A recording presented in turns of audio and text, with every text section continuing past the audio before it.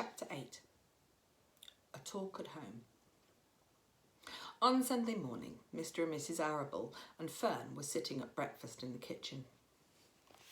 Avery had finished and was upstairs looking for his slingshot. "Did you know that Uncle Homer's goslings had hatched?" asked Fern. "How many?" asked Mr. Arable. "7," replied Fern. "There were 8, but one egg didn't hatch, and the goose told Templeton he didn't want it any more, so he took it away." "The goose did what?" asked Mrs. Arable, gazing at her daughter with a queer, worried look. "Told Templeton that she didn't want the egg any more," replied Fern. "And who is Templeton?" asked Mrs. Arable. "He's the rat," replied Fern. "None of us like him much." "Who's us?" asked Mr. Arable. "Oh, everyone in the barn cellar. Wilbur and the sheep and the lambs and the goose and the gander and the goslings and Charlotte and me." "Charlotte?" asked Mrs. Arable. "Who's Charlotte?" "She's Wilbur's best friend. She's terribly clever." "What does she look like?" asked Mrs. Arable. "Well," said Fern thoughtfully, "she's got 8 legs. All spiders do, I guess." "Charlotte is a spider?" asked Fern's mother. Fern nodded. "A big grey one. She has a web across the top of Wilbur's doorway. She catches flies and sucks their blood. Wilbur adores her." "Does he really?" said Mrs. Arable rather vaguely. She was staring at Fern with a worried expression on her face. "Oh, yes, Wilbur adores Charlotte," said Fern. "Do you know what Charlotte said when the goslings hatched?" "I haven't the faintest idea," said Mr. Arable. "Tell us." "Well, when the first gosling stuck its head out from under the goose, I was sitting on my stool in the corner and Charlotte was on her web. She made a speech. She said, 'I'm sure that every one of us here in the barn cellar will be gratified to learn that after 4 weeks of unremitting effort and patience on the part of the goose, she now has something to show for it.' Don't you think that was the pleasant thing for her to say?" "Yeah, I do," said Mrs. Arable. "And now, Fern, it's time for you to get ready for Sunday school and tell Avery to get ready. And this afternoon you can tell me more about what goes on in Uncle Homer's barn. Aren't you spending quite a lot of time there? You go there almost every day, don't you?" "I like it there," replied Fern. She wiped her mouth and ran upstairs. After she had left the room, Mrs. Arable spoke in a very low voice to her husband. "I worry about Fern," she said. "Do you hear the way she rambles on about the animals, pretending that they've talked?" Mr. Arable chuckled. "Maybe they do talk," he said. "I've sometimes wondered. At any rate, don't worry about Fern. She's just got a lively imagination. Kids think they hear all sorts of things." "Just the same, I do worry about her," replied Mrs. Arable. "I think I shall ask Dr. Dorian about her the next time I see him. He loves Fern almost as much as we do, and I want him to know how queerly she is acting about the pig and everything. I don't think it's normal. You know perfectly well animals don't talk." Mr. Arable grinned. "Maybe our ears aren't as sharp as Fern's, he said. Chapter 9. Wilbur's Boast. Spider's web is stronger than it looks, although it is A spider's web is stronger than it looks. Although it is made of thin, delicate strands, the web is not easily broken.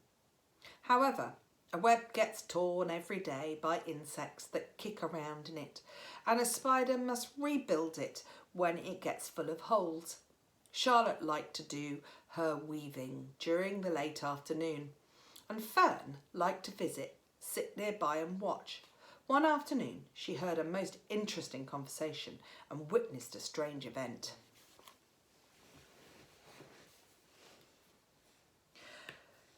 "You have awfully hairy legs, Charlotte," said Wilbur. as the spider busily worked at her task. My legs are hairy for good reason, replied Charlotte. Furthermore, each leg of mine has 7 sections. The coxa, the trochanter, the femur, the patella, the tibia, the metatarsal and the tarsus. Wilbur sat bolt upright. You're kidding, he said. No, I'm not either. Say those names again. I didn't catch them the first time. Coxa, trochanter, femur, patella, tibia, metatarsus and tarsus.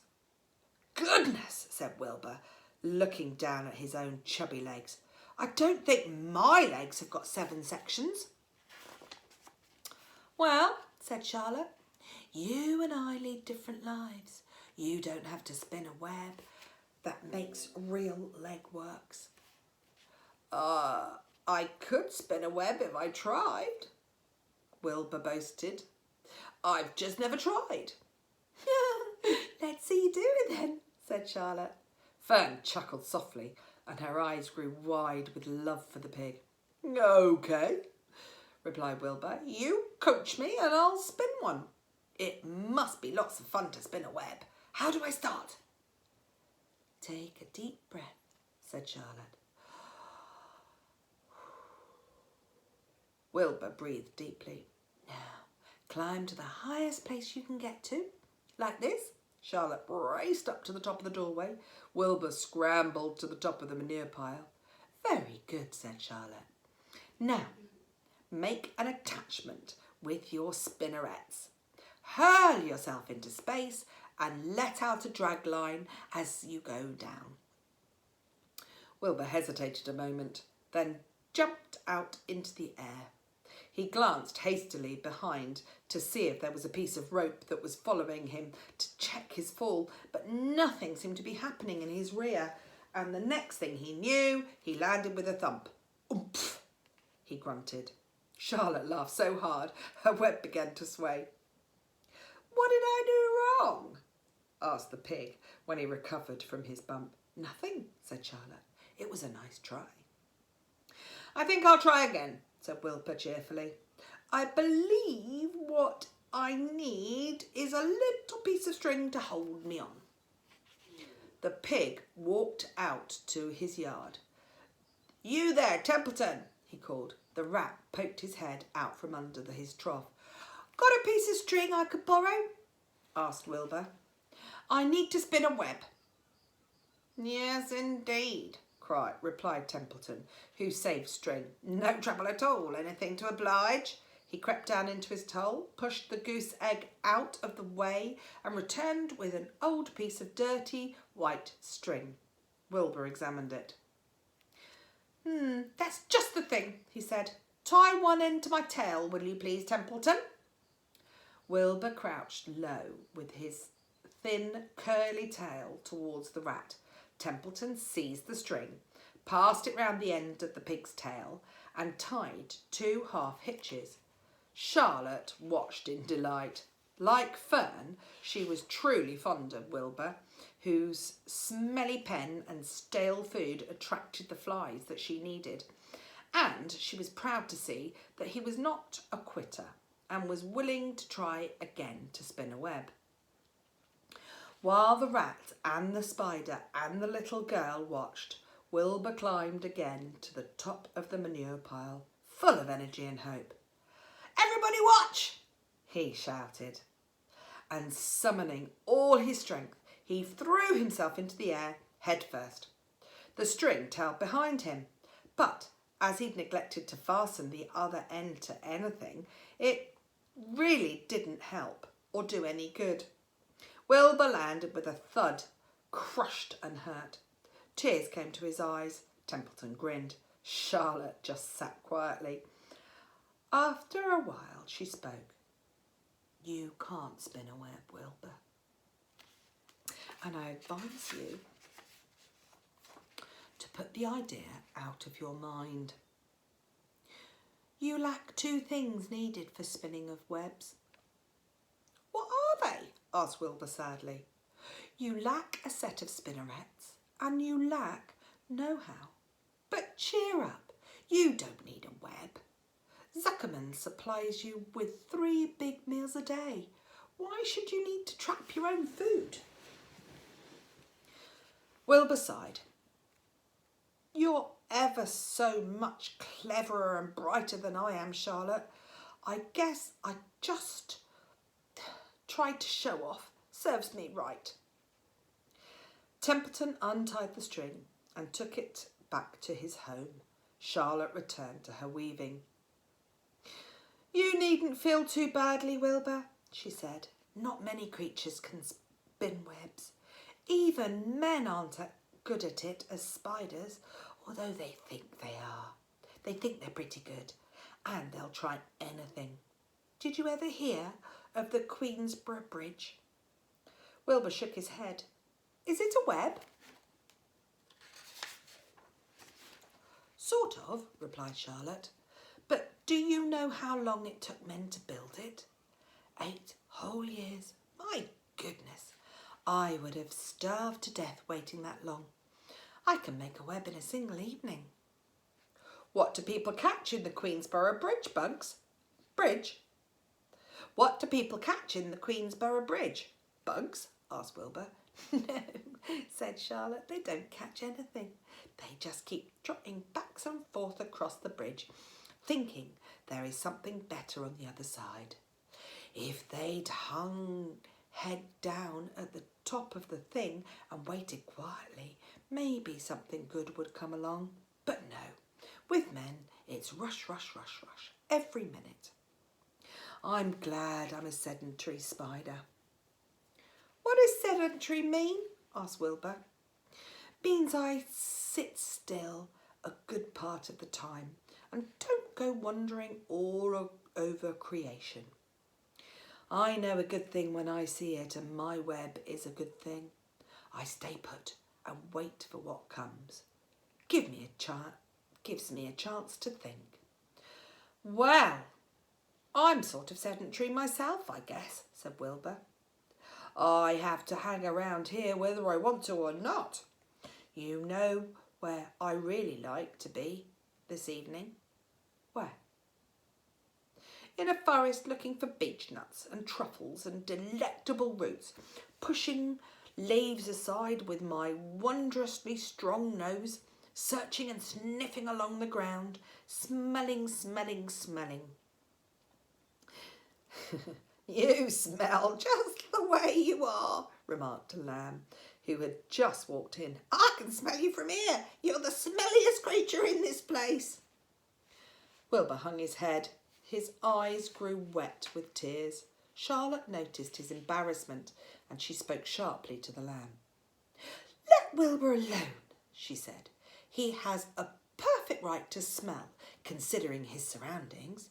You're no bundle of sweet peas yourself. Furthermore, you are interrupting a very pleasant conversation. What were we talking about, Wilbur, when we were so rudely interrupted? Oh, I don't remember, said Wilbur. It doesn't make any difference. Let's not talk any more for a while. I'm getting sleepy. You go ahead and finish fixing your web, and I'll just lie here and watch you. It's a lovely evening. Wilbur stretched out on his side and sighed a long sigh. Twilight settled over Zuckerman's barn and a feeling of peace. Fern knew it was almost supper time, but she couldn't bear to leave. Swallows passed on silent wings, in and out of the doorways, bringing in food for their young ones. From across the road the birds sang, Willapooly, Willapooly. Lurvy sat down under the apple tree and lit his pipe. The animals sniffed the familiar smell of strong tobacco. Wilbur heard the trill of the tree road and the occasional slamming of a kitchen door. All these sounds made him feel comfortable and happy, for he loved life and he loved to be part of the world on the summer evening. But as he lay there, he remembered what the old sheep had told him. The thought of death came to him and he began to tremble with fear. Charlotte, he said softly. Yes, Wilbur. I don't want to die. Of course you don't, said Charlotte in a comforting voice. I just love it here in the barn, said Wilbur. I love everything about this place. Of course you do, said Charlotte. We all do. The goose appeared, followed by her 7 goslings. They thrust their little necks out and kept up a musical whistling, like a tiny troop of pipers. Wilbur listened to the sound with love in his heart. Charlotte, he said. Yes, Wilbur, said the spider. Were you serious when you promised that you would keep them from killing me? I was never more serious in my life. I'm not going to let you die, Wilbur. How are you going to save me? Asked Wilbur, with curiosity. Whose curiosity was very strong on the point. Well, said Charlotte vaguely, I don't really know, but I'm working on a plan. That's wonderful, said Wilbur. How is the plan coming, Charlotte? Have you got very far with it? Is it coming along pretty well? Wilbur was trembling again, but Charlotte was cool and collected. Oh, it's coming on all right, she said lightly. The plan is still in its emerging stages and hasn't completely shaped up yet, but I'm working on it. When do you work on it? Begged Wilbur. When I'm hanging head down at the top of my web. That's when I do my thinking, because then all the blood is in my head. I'd be only too glad to help in any way I can, said Wilbur. Oh, I'll work it out alone, said Charlotte.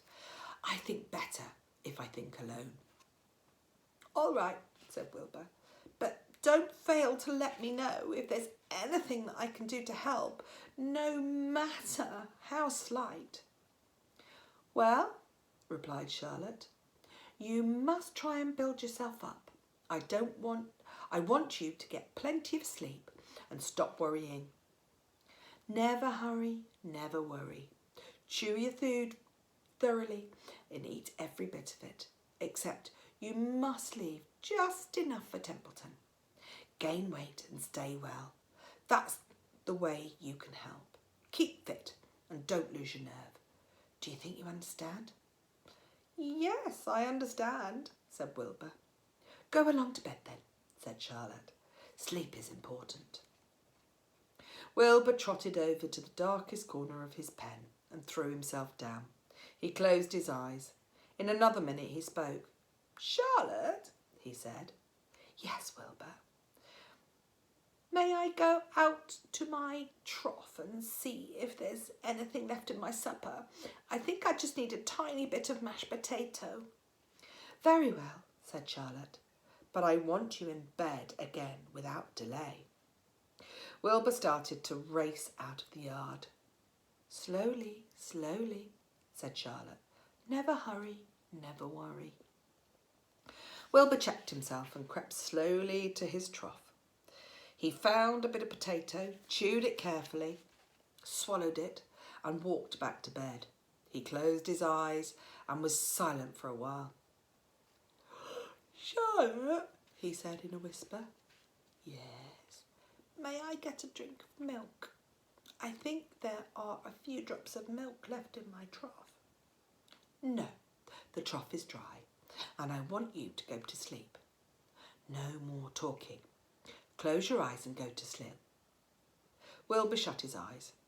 Fern got up from her stool and started for home. Her mind was full of everything that she had seen and heard. Good night, Charlotte, said Wilbur. Good night, Wilbur. There was a pause. Good night, Charlotte. Good night, Wilbur. Good night. Good night.